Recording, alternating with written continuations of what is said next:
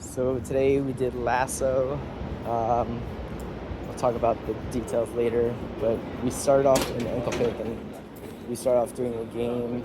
Well, we drilled the ankle pick a little bit, and then we started doing a game where we either had to do like a snap down or an ankle pick, or not the ankle pick, just getting your hand on the ankle. So if you get a hand on the ankle, you get a point, and if you do like a snap down where the opponent's hands get to the ground, you get a point. So that was pretty fun. It really helped me get like the snap down idea, because and just like recognizing when I should do one or the other, because I kind of get fixated on a technique, and actually I sort of figured this out later.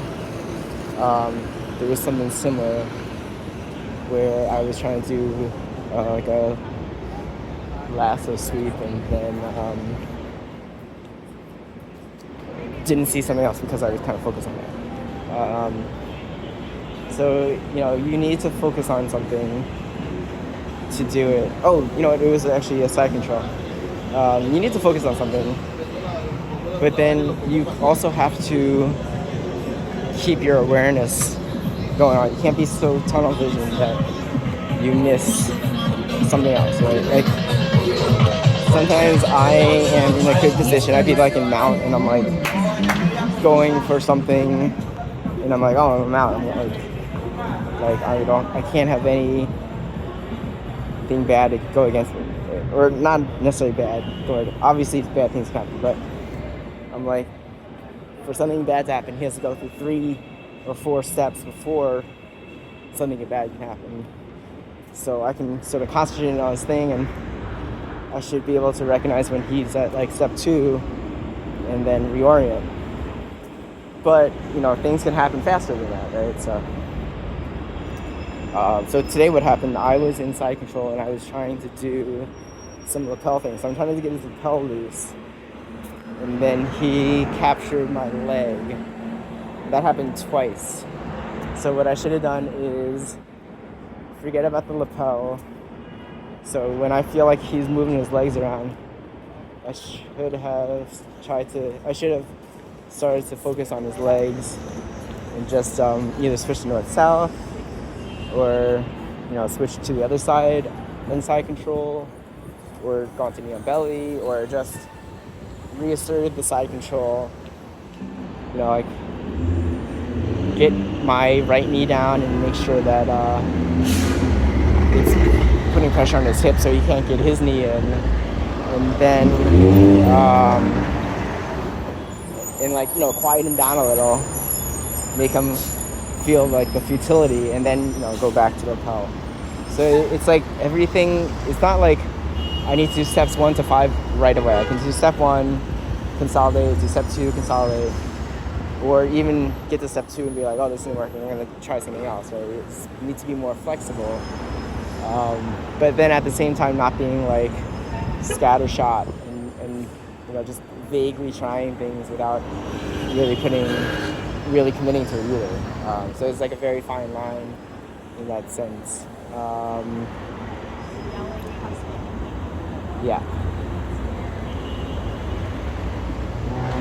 that's the lesson of the day. Today we did more lasso.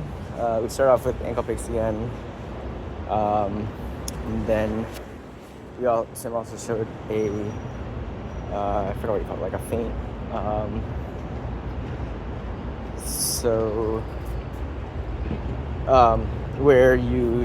before you do an ankle pick, you go in with your right foot as if you are the guard pull or something. Then you step back, and then you push off the right foot into the ankle pick.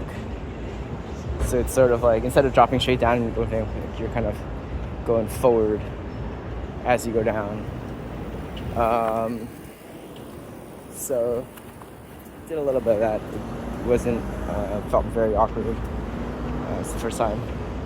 Then we did lasso. So we did a balloon sweep, so a lasso, Then with your right hand, catch the left collar, punch it behind your right knee, and then bring your knees in. And then, so when you're doing the balloon sweep, you don't want to just dump them to the side. You want to bring them overhead. So you bring your knees in, and then you bring your legs, then you string your legs over your head, toward your shoulder, your left shoulder. I guess you could do the right shoulder too. If you have the wrist, you can do the right shoulder too. But we did over the left shoulder. So the key part is straining your legs. I think that just gives a little bit more momentum to it. And also, I think if he falls to the side, there's more of a chance of like your leg getting caught under his leg or something like that. Yeah. So that's the first one. Second one was, what if he tries to pass you to your right after you get the lasso? So we did something similar to what Jason taught, where you bring the lasso leg in between the legs. It was slightly different. I got to think about why it was different. So we did two versions. One is if he's kneeling, and the other one is if he's standing. So I'll do standing first. Standing. So in your lasso, he's passing to your right. So he's kind of like shuffling over. You bring your left leg inside, and then you hook with your left leg. And in this case, the left leg is the lasso leg. So you hook with that leg across his body to his left hamstring. So you're hooking the opposite hamstring with your left leg. And then you bring him forward with that hook. And then you sweep him over the shoulder again. So a lot of the pressure's on your left shin. You use that hook on the hamstring to put him forward to load him up on your shin, and then you sweep him using chin. This one, you're not really throwing him overhead. This one was more to the side. The motion with your leg is toward your shoulder, but then you just start that motion and then he falls off to the side. When I was on the other side, it was very awkward for me. Like, as soon as I got loaded up, I had no control, and then I just fell over. The other case is if he is on his knees, so he's trying to like leg smash, like side smash. He's trying to bundle your lasso leg with your other leg and smash it down.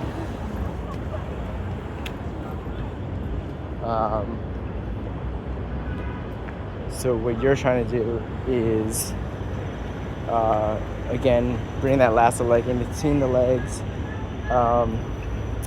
You want to reverse shrimp so that your hips are square.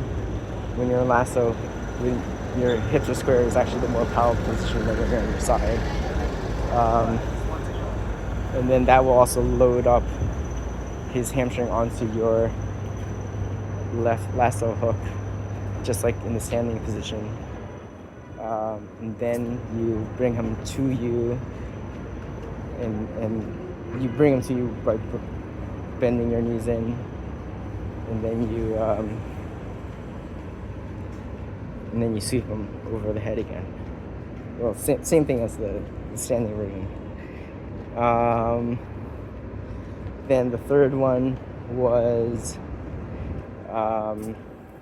what if when he's trying to pass on his knees and then he feels you try to pull him in, so what if he pulls back?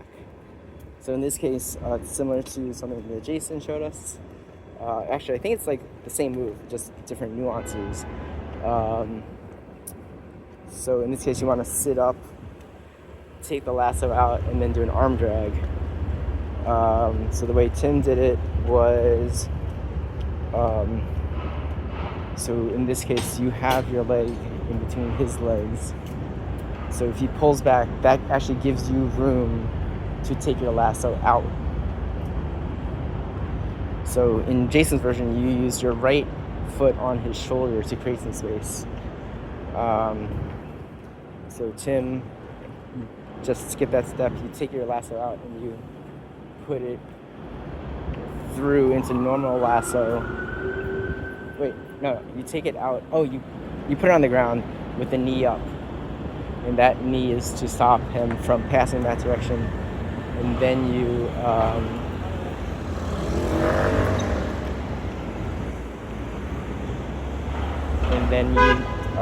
you still have his right wrist, so you drag that with your left hand and you shoot with your right elbow to grab into his armpit, and you use that elbow grip and the wrist grip to arm drag and come up to the back, or just come up and then sort of push him down, wrestle up, push him down inside.